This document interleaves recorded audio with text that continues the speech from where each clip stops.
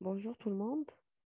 Euh, c'est notre quatrième séance de cours des stratégies industrielles. Donc, dans cette quatrième séance, on va voir ensemble les outils d'aide à la décision. On analysera quelques outils qui aident à la prise de décision. Et de plus, nous allons traiter l'analyse de l'environnement des entreprises face aux concurrents. Donc, on aura deux types d'analyse, interne et externe, à l'aide bien évidemment de quelques outils d'aide à la prise de décision.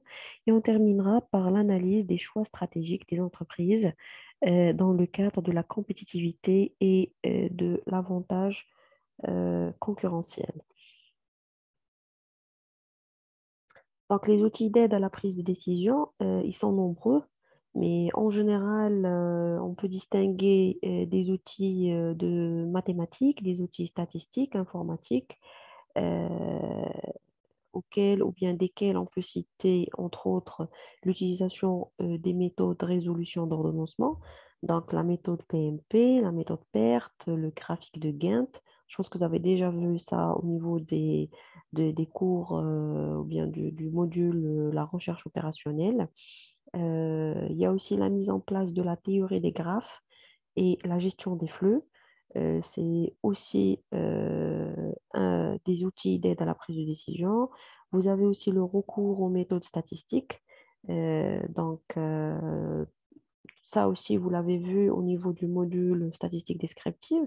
Donc, vous avez vu un petit peu des caractéristiques de position, tout ce qui est mode, médiane, la moyenne, les caractéristiques de dispersion, la variance et l'écart type, les caractéristiques de concentration aussi, à travers la médiane, l'indice de Gini, la courbe de Gini, et ainsi de suite. Vous avez aussi les méthodes d'ajustement. Donc, dans le cadre, là aussi, vous l'avez vu au niveau du module statistique descriptive, dans le cadre de l'analyse bivariée. Donc, voilà la programmation linéaire aussi. Lorsqu'on étudie l'impact d'une variable sur l'autre, ou bien l'impact de plusieurs variables sur une autre variable. Vous avez les méthodes d'actualisation, la gestion des files d'attente, les méthodes multicritères comme la matrice des résultats, l'arbre de décision, la table de décision, et bien d'autres outils, plein d'outils d'aide à la décision euh, dans ce sens-là. Je peux vous donner un exemple, c'est la fameuse matrice de McKinsey qui met en place un ensemble d'actions stratégiques possibles selon les atouts de l'entreprise et les attraits ou bien les caractéristiques du DAS. DAS, c'est le domaine d'activité stratégique. On va le voir par la suite de manière un peu plus détaillée. Donc, par exemple, je peux faire une petite lecture de ce tableau.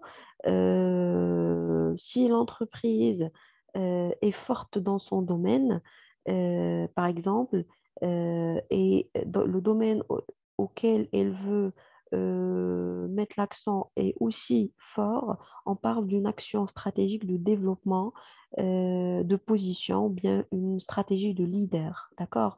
Si les atouts de l'entreprise sont moyens, et toujours, on est dans un domaine d'activité stratégique qui est fort. On parle d'une stratégie de développement sélectif à travers laquelle elle exploite au mieux ses atouts. Et si l'entreprise, ses atouts sont faibles, en face d'un domaine d'activité stratégique toujours fort, on parle d'une stratégie de sélectivité, c'est-à-dire que l'entreprise ici essaie de rechercher juste quelques niches auquel il peut exploiter ses capacités. Alors, dans le cas où les atouts de l'entreprise sont forts et les caractéristiques d'un domaine d'activité stratégique sont moyens, on parle d'une stratégie de développement sélective aussi. pour améliorer cette fois-ci la rentabilité. Lorsque les atouts sont moyens, on parle d'une action de sélectivité pour augmenter la rentabilité et réduire les risques. Et lorsque les atouts de l'entreprise sont faibles, on parle d'une action, bien une stratégie d'engagement sélectif, c'est-à-dire la recherche des niches rentables ou bien un abandon partiel carrément. D'accord? On ne va pas abandonner, c'est-à-dire l'entreprise ne va pas abandonner le marché ou le secteur d'activité en un seul coup, mais un abandon partiel. Maintenant, lorsque le domaine d'activité ou bien les caractéristiques et les attraits du domaine d'activité stratégique sont faibles, là, ça dépend. Lorsque l'entreprise est forte, on parle de sélectivité pour augmenter la rentabilité et réduire les risques. Lorsque l'entreprise, ses atouts sont moyens, on parle de dégagement sélectif. Donc là aussi, c'est rechercher les niches rentables et abondants partiels. Et lorsque les atouts de l'entreprise sont faibles, on parle de dégagement abondant total du secteur d'activité ou de la branche d'activité. Euh, dans cette même analyse, euh, bien sûr, il y a aussi la matrice SWOT. Donc, je pense que vous avez déjà une idée sur la matrice SWOT. C'est un outil qui peut aider à identifier, bien sûr, les quatre points d'analyse, à savoir les forces, les faiblesses, les opportunités et les menaces. Donc, on a une analyse interne, une analyse externe et elle peut être utilisée dans la gestion et la formulation de la stratégie d'une entreprise. Donc, dans cette même analyse, on peut recourir à d'autres outils d'aide à la prise de décision, notamment en ce qui concerne l'analyse interne et externe. Et si je commence par l'analyse externe, on peut distinguer entre plusieurs outils décisionnels dont j'ai choisi, par exemple, trois que je partage avec vous ici. Vous avez l'analyse macro-environnement à travers Pestel. Vous avez aussi l'analyse de l'industrie, de l'intensité concurrentielle à travers l'analyse de Porter, les 5 forces de Porter plus 1, on va aller voir par la suite. Et vous avez aussi l'analyse des menaces et opportunités à l'aide de ce qu'on appelle les facteurs clés de succès. C'est les FCS, les facteurs clés de succès. Euh, alors, pour la première analyse externe à travers ou bien à l'aide du modèle Pestel, donc Pestel, c'est les abréviations, ils sont issus des domaines de l'environnement auxquels l'entreprise euh, veut faire son analyse externe. Donc, on parle évidemment de l'environnement économique. Je commence par l'environnement politique, d'accord? C'est tout ce qui est stabilité, tout ce qui est commerce extérieur, protection sociale et ainsi de suite. Vous avez le domaine ou bien l'environnement économique, donc le PIB, le PNB, le taux d'intérêt, l'inflation, le chômage, tout ce qui concerne l'économie. Vous avez le domaine ou bien l'environnement socio-culturel aussi, le domaine technologique, l'écologie aussi, très important dans l'analyse externe de l'entreprise, et l'environnement légal, c'est très important le domaine légal, tout ce qui concerne les normes, les lois, le droit du travail, la législation, et ainsi de suite. Alors, cette analyse ou bien ce modèle de Pestel, on l'appelle aussi PEST, d'accord, est un outil de stratégie utilisé pour analyser le macro-environnement externe dans lequel une société opère et les facteurs politiques, économiques, socioculturels et technologiques jouent un rôle important dans les opportunités de création de valeur d'une stratégie. Et cependant, ils sont habituellement en dehors du contrôle de l'entreprise parce que c'est une analyse externe et doivent normalement être considérés en tant que menaces et opportunités. Euh, donc, à l'origine, l'analyse met l'accent sur quatre environnements, quatre domaines, politique, économique, socioculturel et technologique. Voilà, et il existe des variants. Par contre, il existe des variantes.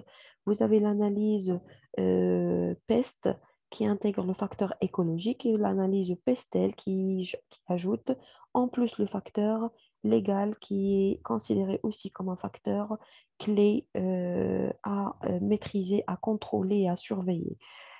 Euh, alors là, c'est une autre analyse externe à l'aide de 5 forces de Porter. Alors, Porter, il a identifié 5 forces que les entreprises doivent maîtriser et contrôler pour faire face à l'intensité concurrentielle. Ces 5 forces sont les suivantes. Vous avez la concurrence, vous avez les nouveaux entrants, vous avez les clients, les fournisseurs et les produits substituables.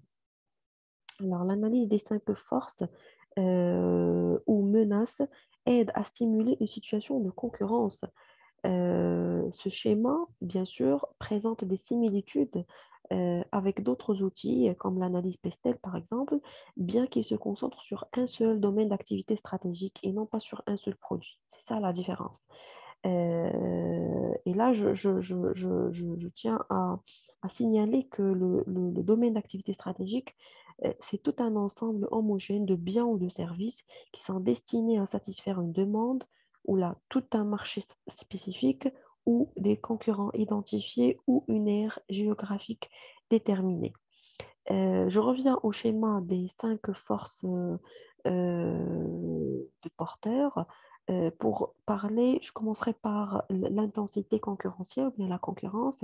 Elle est toujours placée au milieu, au centre du diagramme pour son importance, parce qu'elle est très importante lorsque l'entrée sur le marché est facile et parce que aussi elle concentre les difficultés, les risques de substitution des produits. Alors, concernant le pouvoir des fournisseurs, ça dépend ce pouvoir dépend de la qualité des produits, du délai de fabrication, du délai de livraison, des modalités de paiement, de l'exclusivité envers un concurrent. Et là, l'entreprise doit réfléchir euh, très bien avant de choisir un fournisseur ou de changer un fournisseur par un autre. Elle doit se poser la question, quel est le coût de changement d'un fournisseur? C'est très important. Euh, euh, une autre force, c'est les nouveaux entrants, ou bien les nouveaux, ou bien les entrants potentiels. Ce sont les nouvelles entreprises qui veulent s'installer sur le marché ou sur la branche industrielle. L'entreprise doit avoir une étude, ou bien faire une étude sur ces nouveaux entrants. Qui sont-ils? Sont-ils aidés? Un nouvel environnement des affaires leur est-il profitable? Sont-ils capables de supporter les économies d'échelle? Quelle sera la réaction des autres concurrents actuels, etc. Donc, il y a beaucoup de questions qu'il faut poser et auxquelles l'entreprise doit trouver des réponses euh, immédiates, immédiatement, pardon. Concernant les menaces des produits de substitution, là, c'est très important. Y a-t-il de substitution d'un produit par un autre? Et là, je vous ai donné un exemple qui met la comparaison entre l'email et le fax. Parce qu'avant, il n'y avait pas d'email. Il y avait juste le fax pour communiquer avec le reste du monde. À partir des années 90, c'est-à-dire avec la mondialisation, on est devenu connecté, on a commencé à utiliser l'email. Et là, la question qui se pose, sachant que c'est le même, ces deux techniques permettent de satisfaire le même besoin. D'accord? La question qui se pose, est-ce que l'email remplace le fax? C'est ça la question qu'il faut se poser. Le pouvoir de négociation des clients, l'entreprise ou bien les entreprises doivent savoir que les clients ont un véritable pouvoir. Ils peuvent limiter le profit des entreprises et accaparer une partie de leur valeur ajoutée. Donc voilà un petit peu, on a fait un petit peu le tour autour de 5 forces de porteurs. Là encore, il y a une autre approche qui est ajoutée aux 5 forces, une nouvelle force qui est l'état, donc 5 forces plus 1. Et là, c'est la notation des 6 forces de porteurs sur une échelle de 10. Donc, l'intensité concurrentielle prend la note de 9 sur 10. C'est très important, les concurrents. Le pouvoir des clients et distributeurs aussi sont très importants. C'est une échelle, ils se notent sur une échelle de 9 sur 10. Les produits substituables, c'est 10 sur 10. Les fournisseurs et le pouvoir d'État viennent en deuxième ou bien en troisième partie, troisième échelon, si vous voulez, avec 5 sur 10. Et finalement, vous avez la note de 2 sur 10 pour les menaces des entrants potentiels, pour les nouvelles entreprises qui veulent s'installer sur le marché. Donc, les autorités de régulation ont le pouvoir de modifier la capacité des organisations à générer du profit et plus globalement d'intervenir dans le jeu concurrentiel. Donc là, il y a plusieurs jeux, il y a plusieurs pouvoirs de régulation, protectionnisme, prescription, politique et j'en passe. Euh, les facteurs clés de succès aussi sont très importants dans l'analyse externe des entreprises. Les facteurs clés de succès, ça veut dire tout simplement que chaque entreprise a un certain nombre de facteurs clés sur lesquels elle se base et sur lesquels elle doit, c'est-à-dire sur lesquels elle doit se base et qu'elle doit maîtriser pour réussir sa stratégie. Et là, je vous invite à faire des recherches à ce propos pour plus de précision. Les facteurs clés de succès constituent la logique de toute l'analyse environnementale. Ce sont des éléments de l'environnement dont la maîtrise permet de surpasser la concurrence et ils correspondent aux facteurs permettant de contrecarrer les facteurs de force, les cinq forces de porteurs. Euh, alors, ça, c'est en ce qui concerne l'analyse externe. En ce qui concerne l'analyse interne à l'entreprise, on raisonne en termes de chaîne de valeur. Donc, pour cela, la stratégie interne, ça concerne l'analyse de la chaîne de valeur avec toutes ses composantes. Donc, la chaîne de valeur qui permet de décrire les différentes étapes qui déterminent la capacité de l'entreprise à obtenir un avantage concurrentiel en ajoutant de la valeur au cours de toutes les phases de l'activité. Pour cela, les entreprises comparent leur chaîne de valeur à celle de l'industrie et des concurrents pour mesurer la valeur ajoutée et vérifier que l'on dispose vraiment d'un avantage compétitif. Euh, et en général, la chaîne de valeur, elle est composée ou bien elle est basée sur deux fonctions, les fonctions primaires et les fonctions de soutien. Les fonctions primaires assurent l'offre de produits ou de services et sont directement impliquées dans la création de valeur. Et les fonctions de soutien sont les fonctions qui aident à améliorer l'efficacité et l'efficience de ces fonctions primaires. Selon Porter, la chaîne de valeur est un ensemble d'activités interdépendantes qui ajoutent une valeur marginale pour leurs clients à un produit ou un service de l'entreprise. Et cette valeur, elle est mesurée par le montant que le client est prêt à payer. C'est le profit qui existe sur la valeur excède. Si la valeur excède les coûts et l'avantage concurrentiel se réalise dans ce cas à travers une réduction des coûts ou bien à travers une différenciation du coût. Ça, ce sont des techniques stratégiques, d'accord, qu'on va les voir par la suite d'une manière détaillée dans le cadre des stratégies menées par les entreprises pour assurer leur avantage concurrentiel, pour assurer leur avantage concurrentiel durable. Et voilà la chaîne de valeur. Donc, vous avez les fonctions primaires. J'ai pris le cas d'une société industrielle. Vous avez l'approvisionnement, la logistique, la production, la commercialisation et la distribution, d'accord, un certain nombre ou bien les services. Et vous avez la fonction, ou bien les fonctions de soutien qui essayent d'aider ces fonctions primaires en termes de qualité et de quantité. C'est les développements technologiques, pardon, c'est la gestion des RH, c'est l'infrastructure, les systèmes d'information, la recherche et développement, et j'en passe.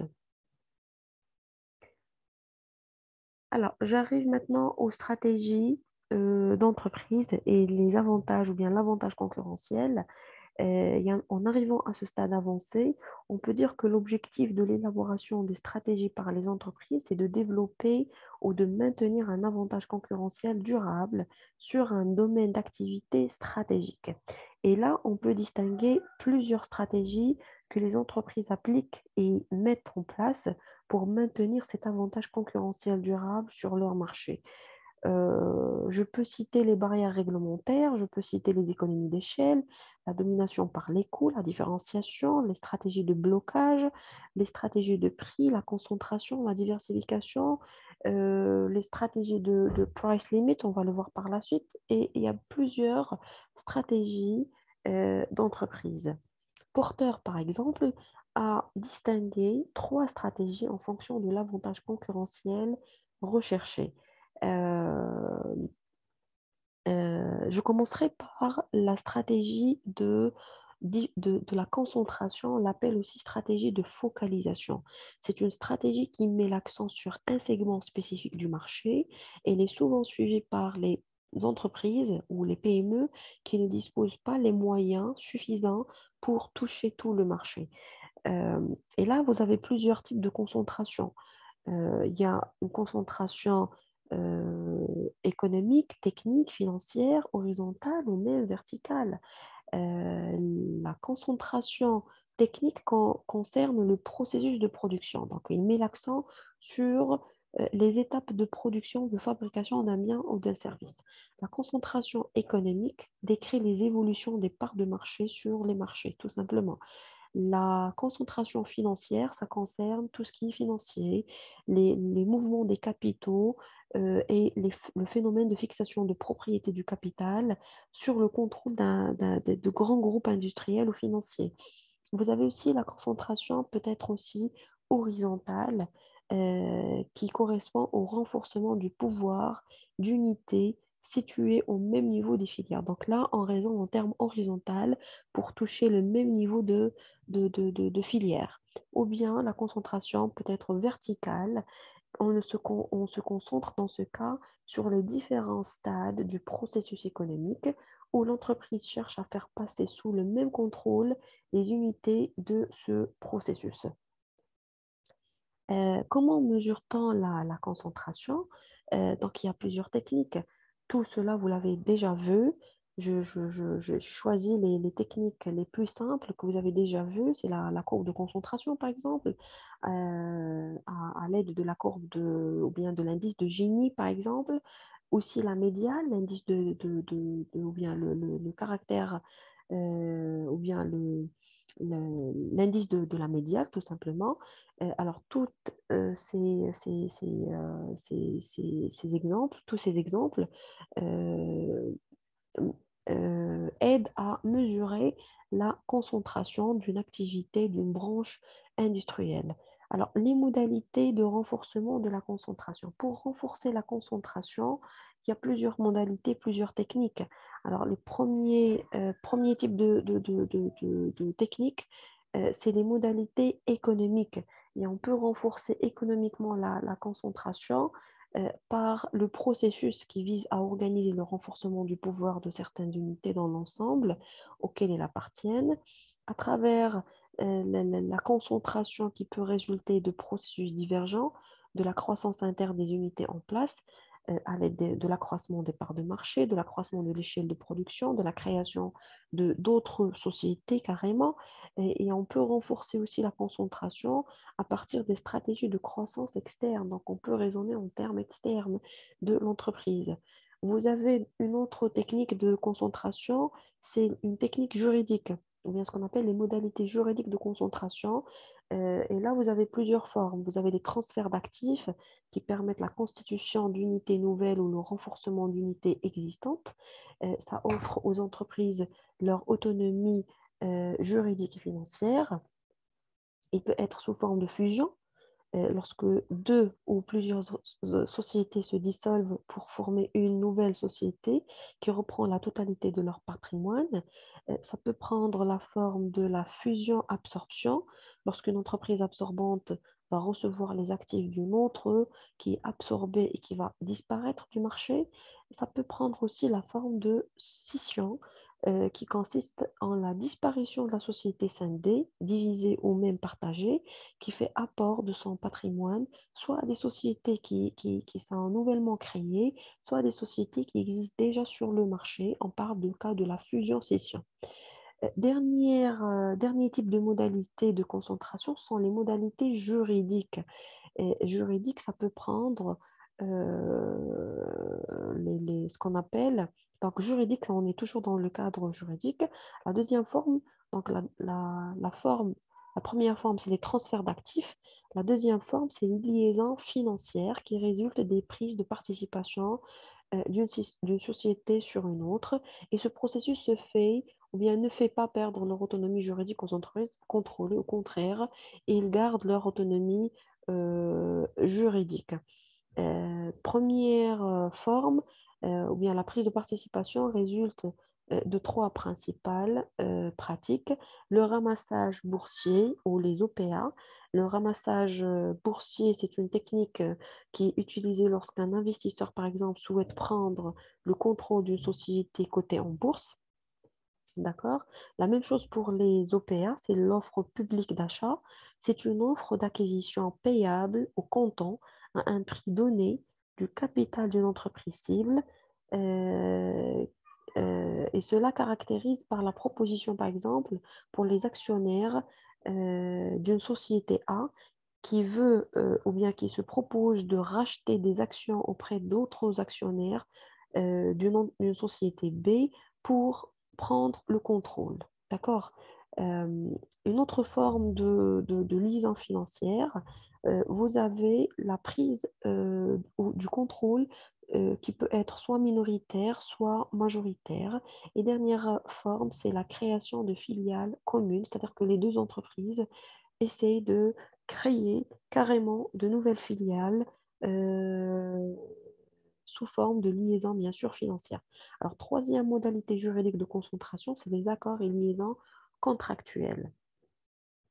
Euh, euh, Là, par exemple, vous avez les groupes contractuels tels que les groupes d'union, les groupements temporaires, les groupements d'intégration.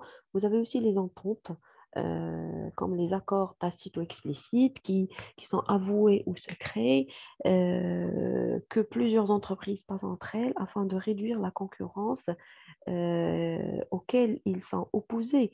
Vous avez par exemple le cas d'une entente sur le prix, vous avez le cas des quotas de production, vous avez le cas des zones de vente et plusieurs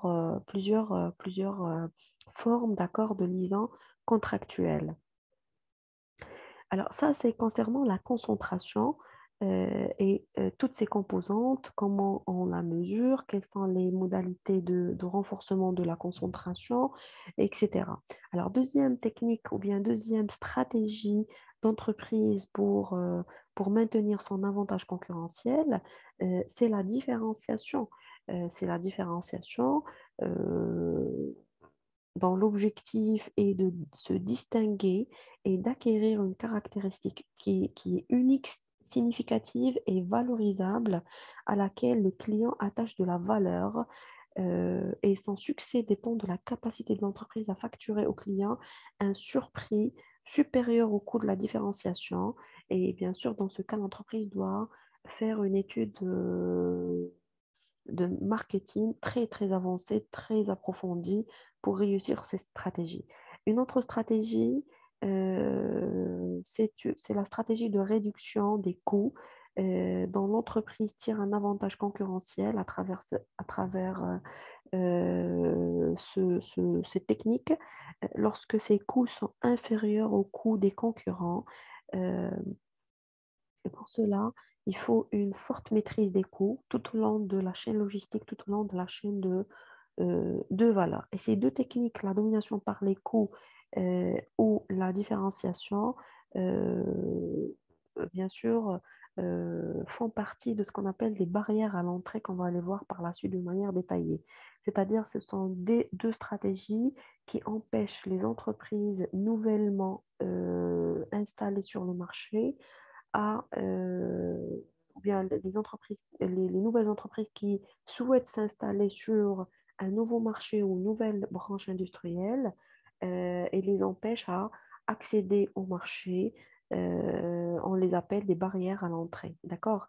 Euh, alors, je reviens ici pour parler de ces comportements stratégiques et barrières à l'entrée. Et c'est une théorie qui naît au milieu des années 50 à travers beaucoup de travaux, notamment les travaux de Bain et de Silo Labini. Cette théorie introduit pour la première fois la notion de ce qu'on appelle la concurrence potentielle, c'est-à-dire la concurrence que les entreprises exercent lorsqu'elles souhaiteraient entrer dans le secteur. Euh, comment mesure-t-on Comment mesure-t-on ces barrières à l'entrée? Dans une industrie où les entreprises en place sont protégées par des barrières à l'entrée, il est fort probable que les profits soient supérieurs à la moyenne pendant un certain temps, du fait de l'écart entre les prix réalisés, quand on va les appeler P1, et les prix qui seraient établis à long terme s'il n'y avait pas de barrière à l'entrée, on va les appeler P2. Euh, alors, on appelle eux ces barrières à l'entrée, et ces barrières à l'entrée ne sont autres que la différence entre P1 et P2 divisé par P2. D'accord? Donc, plus la valeur de E est faible, plus il est facile de pénétrer le marché. Et si l'entrée est libre, on aura un E qui est nul. C'est-à-dire, voilà, l'entrée est libre, il n'y a pas de barrière à l'entrée, tout simplement. Les différents types de barrières à l'entrée. Donc là, on peut distinguer plusieurs types de barrières à l'entrée qui représentent des stratégies d'entreprise pour empêcher de nouveaux entrants à s'installer sur le marché et pour garantir leur avantage concurrentiel durable. Alors, premier type de barrière à l'entrée, vous avez les barrières réglementaires. Euh, Alors, les barrières réglementaires, il existe un ensemble de dispositions juridiques diverses qui, de façon tout à fait légale, protègent les entreprises en place contre toute nouvelle entreprise qui veut s'installer, contre toute nouvelle entrée. Parmi les barrières réglementaires, vous avez les brevets, les licences, les concessions, les monopoles légaux, comme le cas de diplômes pour les médecins, les agréments pour les transporteurs, et j'en passe. Vous avez aussi les économies d'échelle. Vous avez aussi les économies d'échelle. Les économies d'échelle qui résultent essentiellement des processus de production modernes et de leurs caractéristiques industrielles, pardon, de leurs caractéristiques d'indivisibilité. Euh, la baisse des coûts s'explique par la division du travail qui s'applique dans les grandes entreprises et les économies d'échelle s'expliquent par l'accumulation des expériences, ce qu'on appelle la théorie de l'apprentissage, learning by doing, c'est-à-dire que l'expérience acquise en matière du savoir-faire constitue une protection efficace contre toute entreprise qui veut mettre qui veut mettre les pieds sur le secteur et qui est inexpérimenté. D'accord? Ces économies d'échelle, comment on peut les considérer comme une barrière ou bien comme des barrières à l'entrée? Eh bien, par plusieurs formes. Vous avez les entreprises déjà en place, ils ont atteint généralement des zones de production où les coûts unitaires de production sont très faibles. Donc pour les nouvelles entreprises, ça c'est très difficile. Toutes les nouvelles entreprises, si elles veulent devenir réellement compétitives, euh, vont être obligées, leur installation, de réaliser un minimum de production. Les nouvelles entreprises doivent réunir les capitaux nécessaires pour assurer cette production minimale qui est susceptible de la placer en position concurrentielle. Et les entrants potentiels s'exposent aussi à des stratégies agressives de baisse de prix. Donc, toutes ces barrières, toutes ces techniques représentent des barrières à l'entrée et qui font partie des économies d'échelle. On a aussi une autre forme, ou un autre type de barrière à l'entrée, c'est les dominations par les coûts, ou bien la technique de domination par les coûts.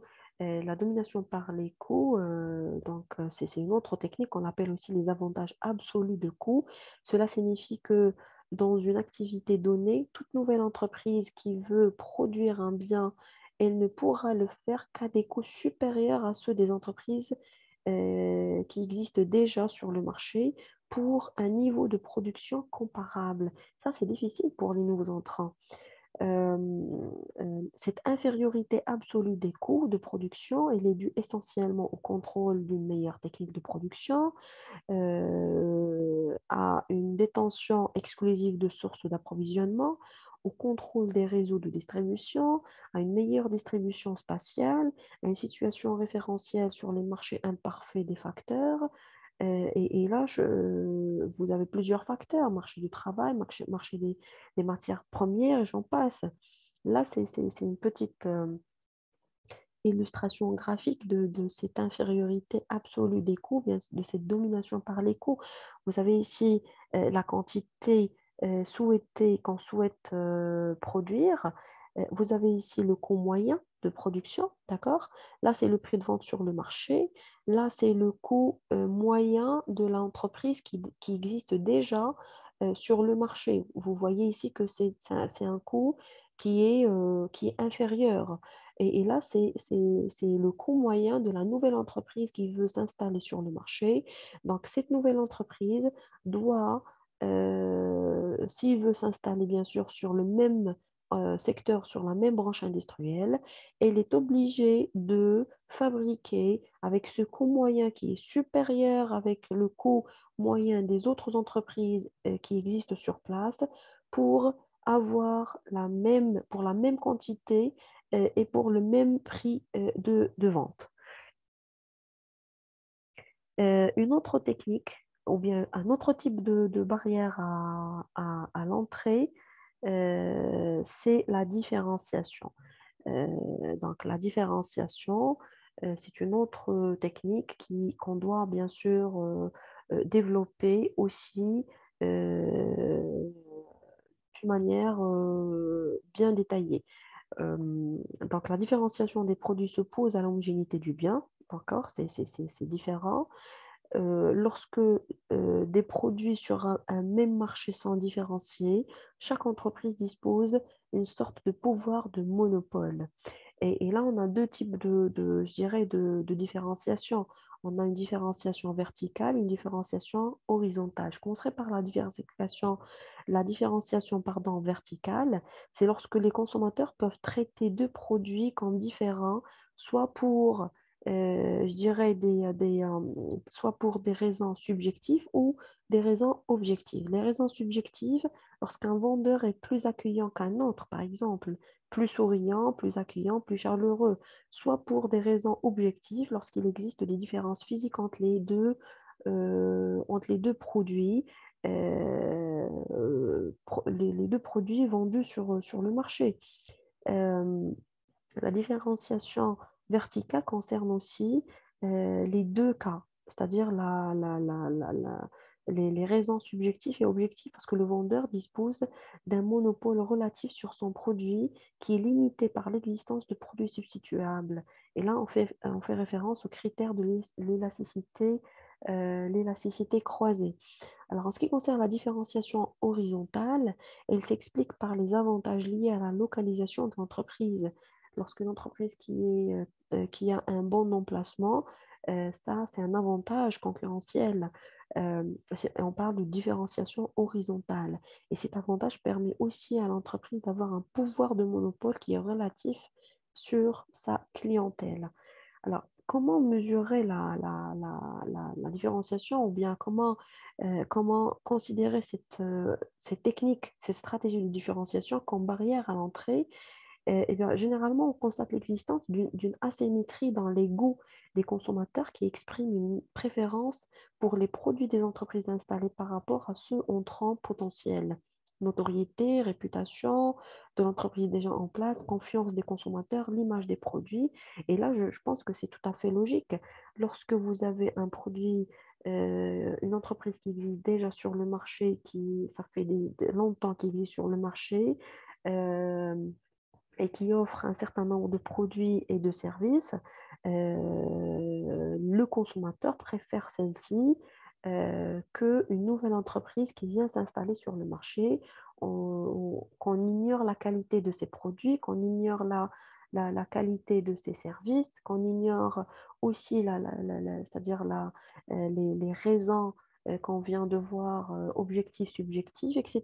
Donc, c'est tout à fait normal. Ça, c'est parmi les avantages concurrentiels qui sont considérés comme une barrière à l'entrée de cette technique. Euh, et donc, devant toutes ces barrières à l'entrée, les nouvelles entreprises qui veulent s'installer dans la branche industrielle ou dans le secteur ont le choix entre deux stratégies. Euh, Fixer des prix inférieurs à ceux des premières, chose qui est difficile au départ, augmenter leurs dépenses de publicité ou de promotion, c'est possible aussi, mais ça dépend de la capacité financière de la nouvelle entreprise. Dans les deux cas, le taux de profit auquel peut accéder les nouveaux entrants sera inférieur à celui des entreprises en place.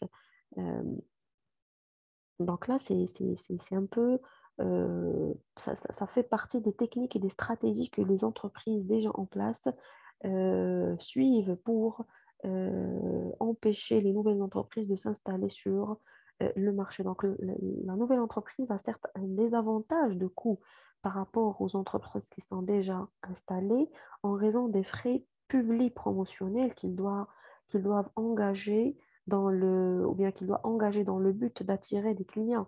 Alors, ce désavantage est toutefois provisoire. Pourquoi? Parce que si la différenciation introduite par la nouvelle entreprise réussit, alors les coûts, dans ce cas-là, vont s'approcher entre les deux types d'entreprises qui existent déjà et les nouvelles entreprises. Donc là, ça dépend des potentialités des nouvelles entreprises qui veulent s'installer sur le marché. Une autre stratégie aussi d'entreprise qui garantit un avantage concurrentiel, c'est la spécialisation. Et là, il faut pas la confondre avec la concentration. La spécialisation consiste pour l'entreprise à se concentrer sur euh, un seul domaine d'activité sur lequel elle bénéficie d'un savoir-faire unique, ce qui va lui assurer un avantage concurrentiel. Euh, Cette stratégie peut être bien sûr appliquée à travers plusieurs formes. Vous avez la pénétration de marché, vous avez le développement de produits, vous avez l'extension de marché, et chacune de ces formes représente un avantage concurrentiel pour les entreprises. La diversification aussi est une autre stratégie d'entreprise qui garantit son avantage concurrentiel et qui consiste à travailler sur plusieurs domaines d'activité. Bien sûr, cela implique la maîtrise de différents savoir-faire nécessaires à la pénétration d'univers concurrentiels nouveaux. Ça dépend des potentialités financières, ça dépend de la part de marché de cette entreprise, ça dépend des facteurs clés de succès, ça dépend de la position en général de l'entreprise dans le marché tout entier. Et parmi les formes de diversification, vous avez la diversification verticale, euh, la diversification verticale où l'entreprise complète son activité par des activités en amont et en aval de sa filière. Donc, ça va lui assurer ses approvisionnements et ou ses débouchés. On a la diversification concentrique lorsque l'entreprise se développe vers de nouvelles activités en lien avec les anciens par la clientèle, la technologie, la distribution. Et là, il y a ce qu'on appelle un effet de synergie. Là, je vous ai apporté un exemple de Zodiac. C'est une entreprise qui se diversifie ou bien qui voulait se diversifier des bateaux pneumatiques. Ça, c'est l'activité principale. En se diversifiant aux gilets de sauvetage, aux piscines gonflables, par exemple, en utilisant la même technologie. Donc là, c'est une technique de diversification concentrique. La diversification conglomérale, c'est une nouvelle activité lorsque les nouvelles activités de l'entreprise n'ont aucun lien avec les anciens et ne bénéficient pas de transfert de compétences. Là, la logique de diversification, elle est purement financière. D'accord? il y a d'autres obstacles à l'entrée ou bien d'autres barrières à l'entrée. Il existe une série d'obstacles émis par les entreprises en place pour assurer une protection plus ou moins forte. Je peux ajouter la stratégie ou bien les stratégies de pression sur les pouvoirs publics pour renforcer les protections réglementaires, ça on l'a déjà vu. Euh, je peux ajouter les stratégies d'intimidation à l'encontre des entrants potentiels. Lorsque les anciennes entreprises annoncent des programmes d'investissement, de développement de capacités de production excédentaires, de mise en place de réseaux de distribution dissuasifs pour intimider les nouvelles entreprises qui veulent s'installer sur le marché. Je peux ajouter aussi la stratégie du price limit ou bien du prix limité. Prix limité, donc là, c'est une autre stratégie, c'est une autre technique euh, pour empêcher les entreprises à s'installer sur le marché. Et c'est une stratégie qui consiste à fixer un prix de marché tout juste au-delà de ce que serait le prix de la concurrence d'un montant tel que l'entrée de toute nouvelle entreprise sur le marché contribuerait par l'apport de production supplémentaire à ramener ce prix au niveau de prix de la concurrence pure et parfaite. Donc, cette politique sera d'autant plus dissuasive qu'elle sera menée de façon concertée par toutes les entreprises présentes dans la branche. Donc, c'est-à-dire que les entreprises qui existent déjà sur le marché se mettent d'accord et se concertent pour fixer ce qu'on appelle un prix fixe qui doit être respecté et appliqué dans la branche. Et là, c'est un petit graphique pour montrer comment fixer le price limit. Donc là, vous avez le coût moyen de l'entrant potentiel, le coût moyen de l'entreprise installée, d'accord? Là, ça, il n'est pas clair. Ça, c'est la quantité, bien sûr, à produire. Et là, je dirais, c'est le prix limite qui est fixé au niveau du coût moyen de l'entreprise, de la nouvelle entreprise potentielle. Vous avez ici cette partie-là, AC, c'est la demande marginale qui n'est pas satisfaite. Et cette partie-là, AB, c'est cette partie-là qui mesure la hauteur de la barrière à l'entrée ou l'excédent du prix par rapport au coût moyen que les entreprises établies peuvent obtenir sans attirer l'entrée d'autres nouvelles entreprises. Alors, les limites de ces stratégies, bien sûr, cette approche avait beaucoup de limites du price limit. Donc, d'une part, la nature de l'entrant, d'autre part, le choix entre le prix limite et le prix qui maximise le profit instantané doit être aussi analysé dans ce cas. Euh, en effet, l'entrée n'est pas toujours le fait d'entreprises nouvellement créées, mais bien de firmes qui se diversifient. C'est-à-dire que les nouvelles entreprises qui veulent s'installer sur le marché ne sont pas, dans tous les cas, ils ne sont pas toujours de nouvelles entreprises qui viennent d'être créées, mais ils peuvent être des entreprises qui sont déjà créées et qui veulent se diversifier sur de nouvelles branches d'activité, qui veulent par exemple créer de nouvelles filiales, qui veulent, c'est-à-dire élargir leur part de marché. L'entrée dépendra donc non pas tant de prix et des profits apparents des entreprises installées, mais de la confrontation des avantages concurrentiels respectifs. Et là, je dirais qu'en dépit de son apparence implicite, cette théorie de price limit est loin de répondre aux vrais problèmes. Les entreprises en place peuvent ne pas s'entendre, par exemple, pour fixer ce prix limite. On a dit tout à l'heure que les entreprises en place se concertent entre elles pour fixer un prix, un seul prix limite qui doit être appliqué par l'ensemble des entreprises, y compris les nouvelles entreprises. Alors, dans certains cas, ces entreprises peuvent ne pas se concerter, peuvent ne pas se mettre d'accord pour fixer ce prix limite. Et en général, deux types de critiques peuvent être avancés. Un effet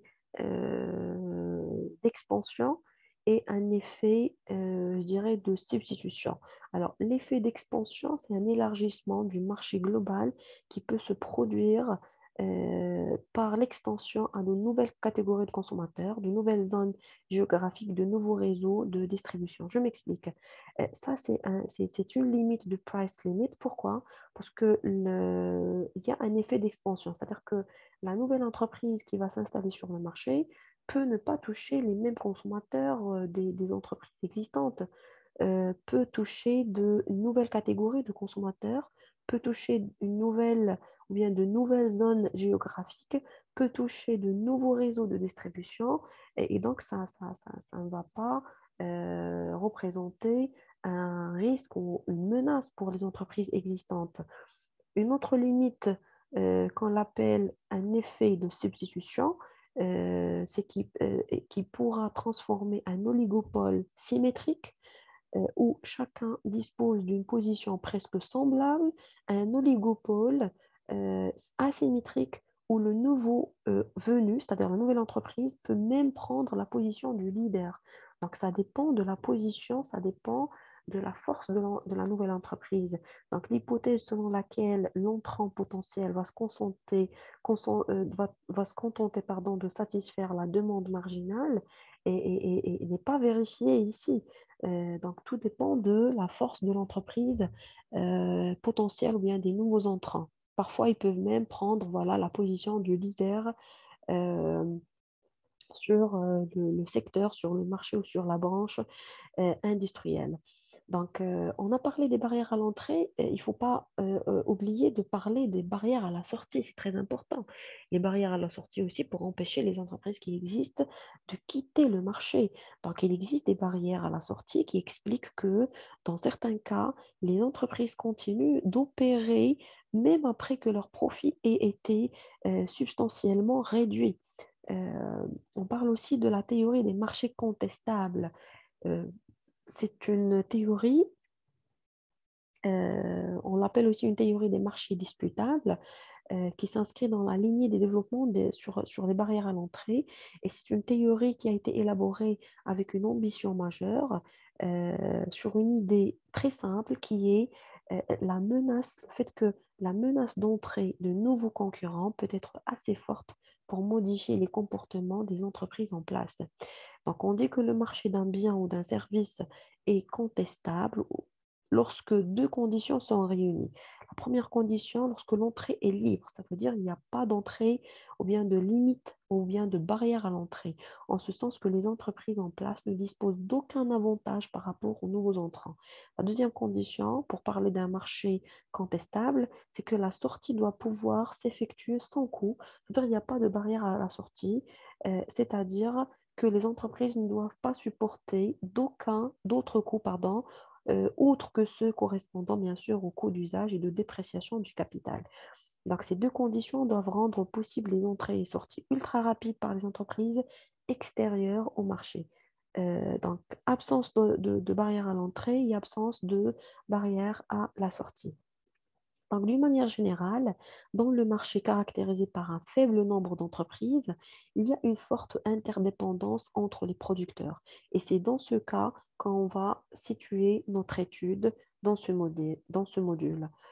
Chaque décision prise par une entreprise entraîne une réaction de la part des autres entreprises parce qu'il y a un nombre faible d'entreprises. Différentes interactions stratégiques peuvent apparaître dans ce sens. En général, on peut distinguer une stratégie non coopérative séquentielle, c'est-à-dire lorsqu'une entreprise fixe autoritairement le prix ou sa quantité produite, alors que les autres se contentent de suivre la décision prise par ce qu'on appelle le leader. On a le leader et le suiveur, en considérant son choix comme une donnée exogène. La deuxième stratégie, c'est une stratégie non coopérative simultanée, c'est-à-dire que le choix est effectué de manière simultanée par des entreprises qui essayent d'anticiper la décision prise par leurs concurrents. Troisième stratégie, c'est la stratégie coopérative, lorsque les entreprises cherchent à trouver un point d'équilibre pour s'entendre en formant ce qu'on appelle une coalition visant à maximiser le profit général de tous les membres du cartel. D'accord? C'est ce qu'on va voir dans le modèle, ou bien avec le modèle de Cournot et avec le modèle de Steckelberg dans le cadre de stratégie de leadership. Arrivant à ce stade, donc je vous remercie et à la séance prochaine, Inch'Allah. Merci.